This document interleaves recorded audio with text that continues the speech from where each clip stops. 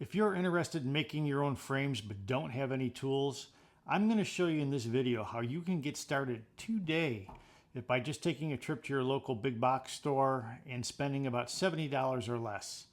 And here's what you're going to need when you make that trip. This is a miter box that will cut 45 and 90 degree angles, and that's important when we're making frames. I picked up some wood glue to glue it all together. I have some painter's tape, believe it or not, and this will act as clamps when we actually want to put the frame together. I got a small bottle of dual purpose stain and polyurethane so we can stain it at the end if that's something you'd like to do. I also got a package of 180 grit sandpaper, and that's going to be used to clean up the glue at the end and also make sure the frame is nice and smooth for staining. I bought some glazing points, which will be used to hold everything in the frame at the end. I'll show you how to use these. And then the most important part, of course, is the wood. And I want to talk about this just more in detail for a second. This is something called corner molding. You can get it in any length you want. This happens to be 4 feet for what we're trying to do here today.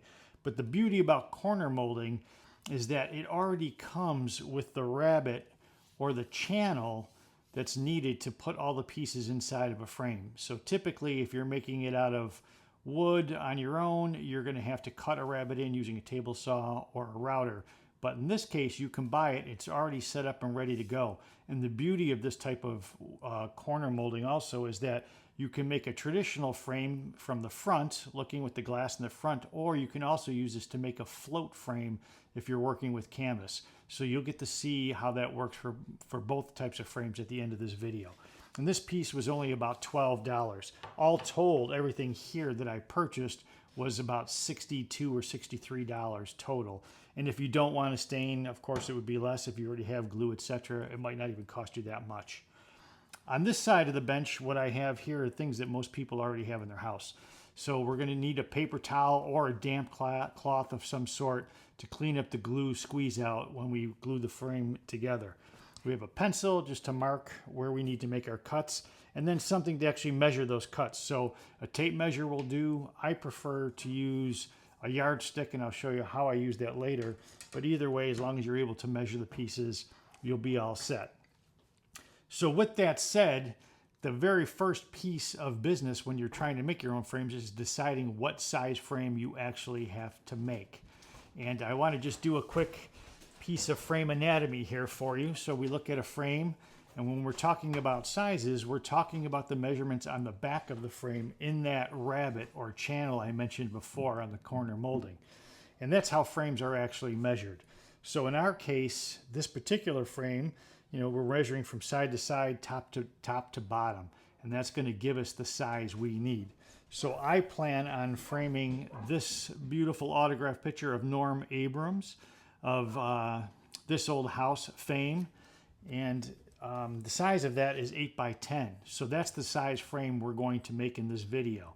And of course, the beauty about making your own frames, you can make any size you like. So when people are creating their own artwork and doing different size canvases that are not standard, you can make the size that you need to fit whatever it is you're doing. So that's a big advantage to making your own frames. But in this case, so we're making an 8 by 10 frame. So that means when at the end, when we measure it, it's going to be from top to bottom 8 inches, and from side to side will be 10 inches. So that's the starting point for today. I'm not going to talk about cutting mat board or glass today. Those are on different videos that are soon to come. Also, you could go to my website, pictureframeityourself.com, and you can actually see all that information right now. And there's a lot of information there about every step of making frames with tools, without tools, how to hang them. Everything you need to know is there. So check that out if you get a chance. So I'm just going to clean this stuff up off the desk, and then we're going to take the next step. Okay, now that we know the size of our frame, 8 by 10, it's time to actually start cutting the pieces of wood. So what typically I like to do is I like to take the piece I'm working with and I cut it in half. And my goal is to get one long leg and one short leg out of each rail I have. So a 10-inch and an 8-inch out of both. Just makes it a little bit more efficient and faster when you're cutting, when you're going through the cutting process. So I'm going to take this piece, I've already marked it to 24 inches, which is half of the length of this piece. I'm going to take the miter saw provided with the case, and I'm going to actually make my first ever cut with the miter box. So let's see how it goes. This channel right here is identified as 90 degrees, so I know if I line up my cut there, the saw fits inside the grooves and kind of keeps your saw on the right angle as you're making the cut. The key, I think, is going to be holding this in place as I make the cut, and we'll see how hard that actually is to do. Line up the saw with a pencil mark in that channel, and let's start making our cut.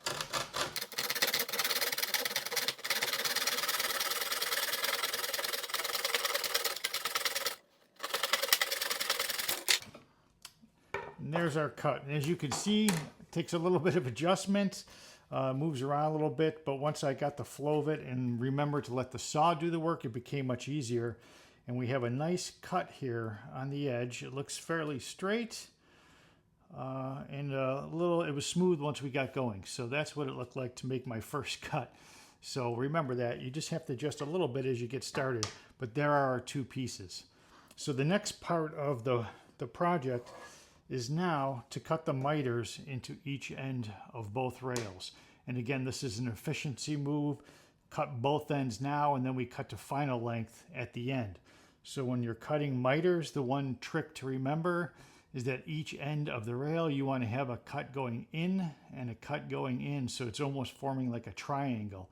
If you cut the ends of one piece the same direction, the frame will not come together. So each piece has to be cut with an angle to the right and an angle to the left. Now it's time to cut the miter angle on each end of both pieces. And remember the tip, we're going to cut one that's angling in to the left and another one that's angling in to the right to form a triangle so that all four pieces will go together nicely at the end. So I'm going to take this first piece right here and I'm going to line it up next to the 45-degree angle indicator. And again, the saw will go in and rest in these channels to make it easy to make that cut. You'll notice too, I put a pad down right now. As we learned on the first cut, it's kind of sliding around a little bit on the smooth surface. So I've put this pad down to hopefully keep this in place as we make these miter cuts. So let's see how we do. So what I'm doing is I'm just cutting it as close to the edge as I can, making sure I get the full cut in there. And then at the end, we'll cut them to size. So let's see how we do with this cut.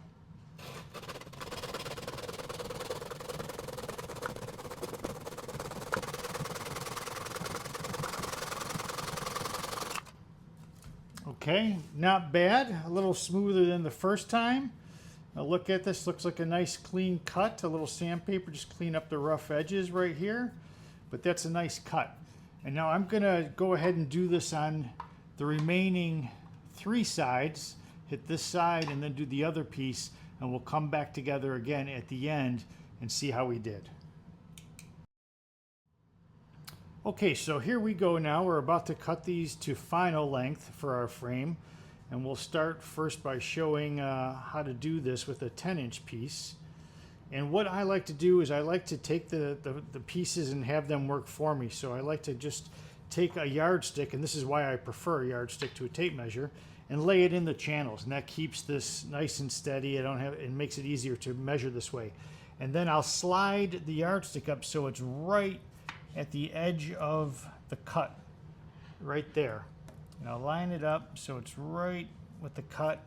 And then I'll just go to my marking. Now we want 10 inches here. I always use 1/8 of an inch extra just to give me some wiggle room in case we have problems.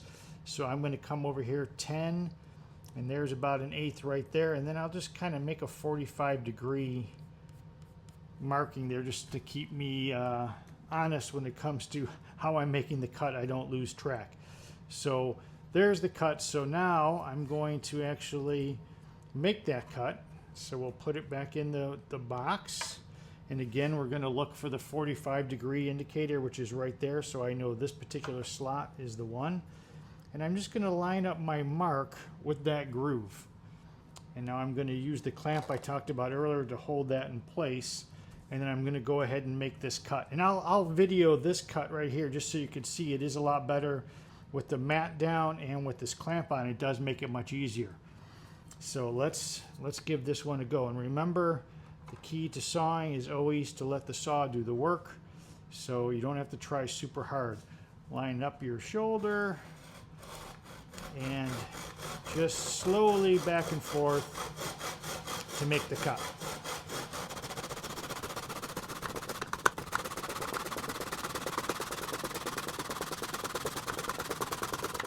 And there we go, we've completed the cut. Let's take it out and take a look and see how it looks. Again, it looks fairly smooth. Now the real test will be to measure it. Let's see how close we are. So again, using the same technique, let's lay this down, put it in the channel, and let's see how close we actually are. And well, we're right at 10. Right at 10. So that is a perfect cut, but I did try to get 1/8 of an inch more in there. But again, the accuracy on these is not dead on, so I am happy though because we have exactly what we need, which is 10 inches. The key now will be to make sure that the next piece that opposes this, the other 10-inch one, is exactly the same size. All right, I've marked the second one for 10 inches, and now we're going to make this next cut and see how it goes. I'm getting a little easier each time I use this.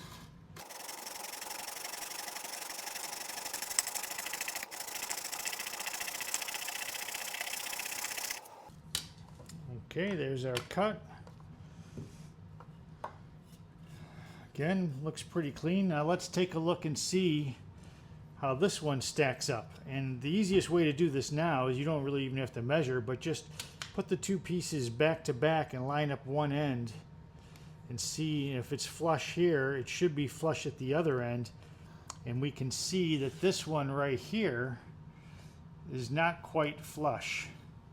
So it's off just a hair, which would make the frame come out of square. So I'm going to put this back in and see if we can't just trim a little bit off of this one and even them up.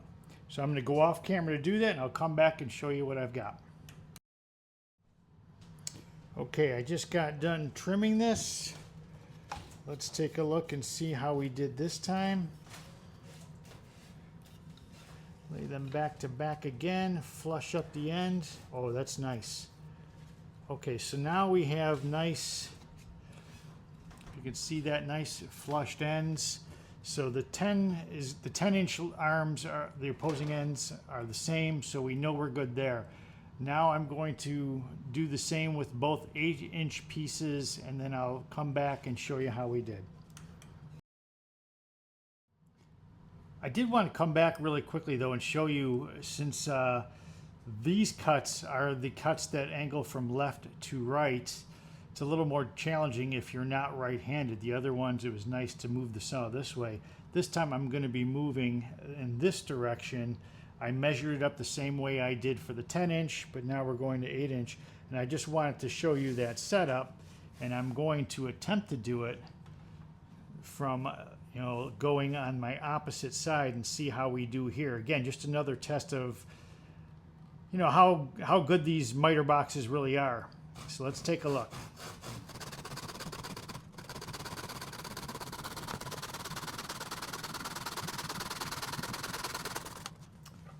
Yeah, that was nice. In fact, it almost felt easier than doing it the right-handed way. But let's see how accurate we actually are on this one, and if it is indeed 8 inches or close to it. Yeah, and this one came out slightly more, so I'm going to mark it again and just trim it up. So I'll do that off camera. I'll do the second one, and then I'll come back and show you what we have at the end. All 4 pieces are now cut, and they are the same size on the 10-inch side and on the 8-inch side, so we're ready for the next step. A couple of tips though about using this miter box. Number one, practice is going to help as I got better with each of the cuts. And a couple of things that I kind of discovered as I went is that it's actually helpful if you, with your finger here, if you try and keep this against the inside ledges of the grooves, because there's still a lot of play in there for the saw to go back and forth. But as you're sawing, if you're going nice and easy and trying to keep it riding up against the sides, that will make the cuts smoother, more accurate, and a little bit easier to do. So I've learned that a little bit along the way just doing these cuts. So remember that when you start to use it for the first time also. So right now I'm going to clean this up, and then we're going to talk about gluing these pieces together and actually making a frame. Before we glue these together, I'm just going to take a little bit of that 180 grit sandpaper I showed you before. I'm just going to kind of clean up the ends here a little bit. You know, again, with a miter box, the cuts aren't as perfect as they might come out from a table saw or a miter saw. So we're just going to clean these up just a little bit. Make sure there's no frayed wood. And then we're going to start the process of gluing them together. And this process, if you don't have any clamps, no worries, because we're just going to use some regular painter's tape. So this roll cost, I don't know, $5 maybe. We're just going to roll a piece out here. And we're going to do 2 at a time initially. And we're just going to take this and place it on the tape.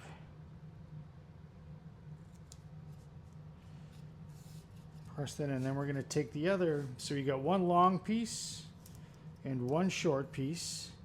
We're going to line these up so that they're touching and even. And then put this down on the tape. There's one, and then we'll do the second one. And then when we get the glue on them, we're going to put them all together. So we'll start this one here.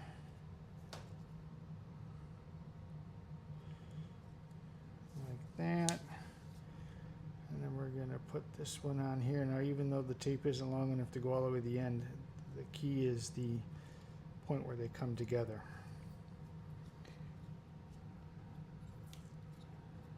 So there we go. So now we're just going to apply a little bit of glue.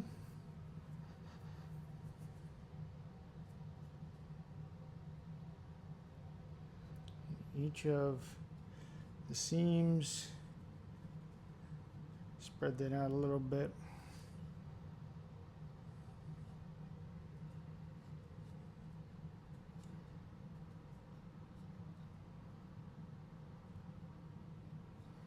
Some on the edges there.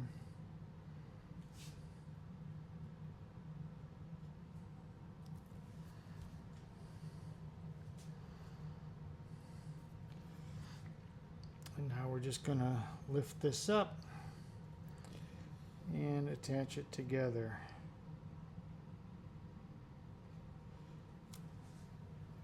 Set it there.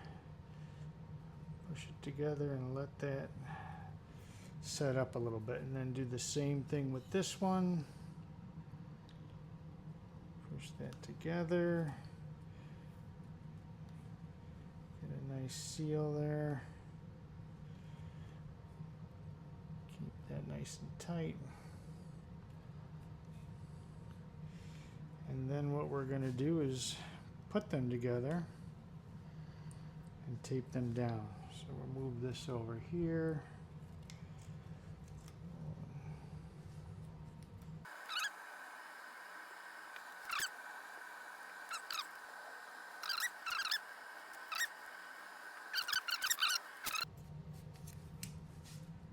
Now we'll let that dry up. Okay, we're back and it's the next day and we've let this dry up. So we're going to take the tape off right now and see how we did.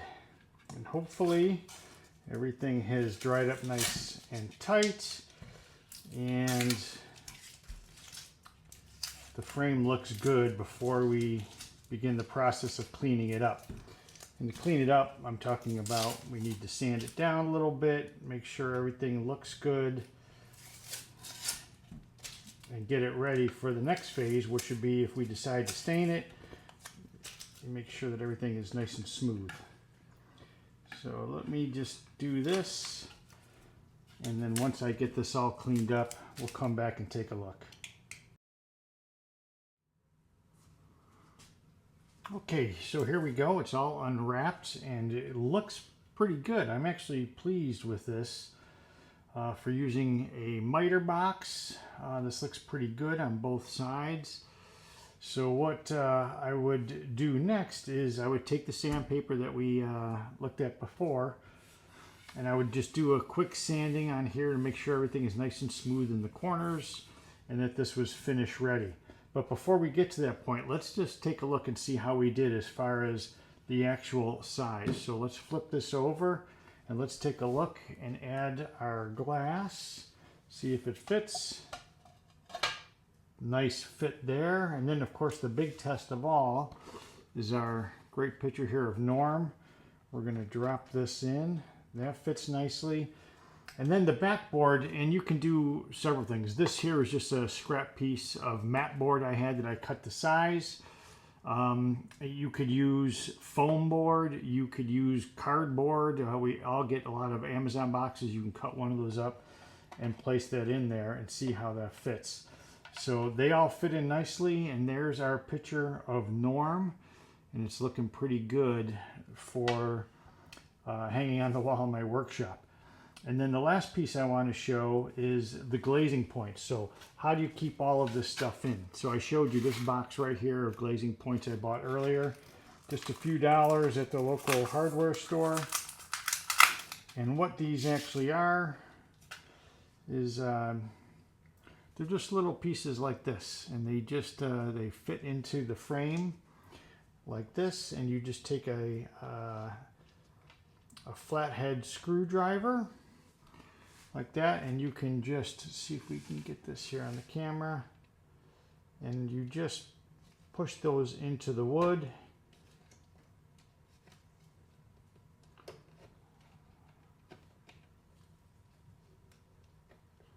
It takes just a little bit of rocking back and forth. You get it in, and you can see there it just seals it into the frame so that the glass and the contents can't fall out. And then on the other hand, it's very easy to remove them with your screwdriver. Just place that back in there and you can rock it back out so you can remove the contents. And while I have this in this condition, I'm going to take these pieces back out. So now you've seen what a traditional frame looks like. But I want to show this side too. For those of you who use canvas, this is actually a float frame. So from the front, we're looking at a traditional frame. On the back is a float frame. So typically with the canvas, you set it on the inside, and then the canvas appears to be floating inside the frame, and there is no glass. You're just looking at the canvas. So this is two frames in one, either a regular traditional or a float frame. And then all you would simply do is you could use Velcro strips on each of the rails on the back of the canvas and on the frame itself, and you could just Velcro the frame in so you could easily change it in and out if you want to. And that's again the no tools method. If you were going to mount one permanently and you weren't worried about tools, you could simply just drill a couple of holes in each rail, and then you could screw the canvas in through the back of the frame where the holes are, screw it right into the frame of the canvas, and then it would be mounted, you know, using some tools. So a couple of options there. So what I'm going to do right now is I'm going to sand this up a little bit, put everything back in, close it up, and show our final piece. So here we have it. The Norm Abram frame is done. It's complete. I've sealed it in with the flexi points that I showed before. And I've decided I like the look of this right here without any stains. So, and this is just for my workshop, so I'm going to hang it just as is. But if you were going to put this somewhere else, like in your living room or an office or somewhere else, you may want to apply a coat of stain like the kind I showed before. It's a combo of stain and polyurethane. So you may want to just apply that. And as far as hanging it goes, what I'll do with mine is just a simple nail or screw in the wall and hang it off the back of the frame as is. And if you were using this as a float frame for a canvas, then since this actually is the back of the frame, because the canvas will be sitting in facing out this way, since this is the back, you can just put a sawtooth hanger at the top and then hang it on the wall wherever you choose. But I hope this was helpful. This was the first video I've made in quite some time. I hope I'm going to get better in my presentation and how I actually teach this. But I hope you found this helpful. If you did, please subscribe, ask any questions, leave comments below. I'd always like some feedback. And I'll continue to make some new videos and add this to the site, pictureframeityourself.com, and to the YouTube channel also. Thanks, and we'll see you again on the next one.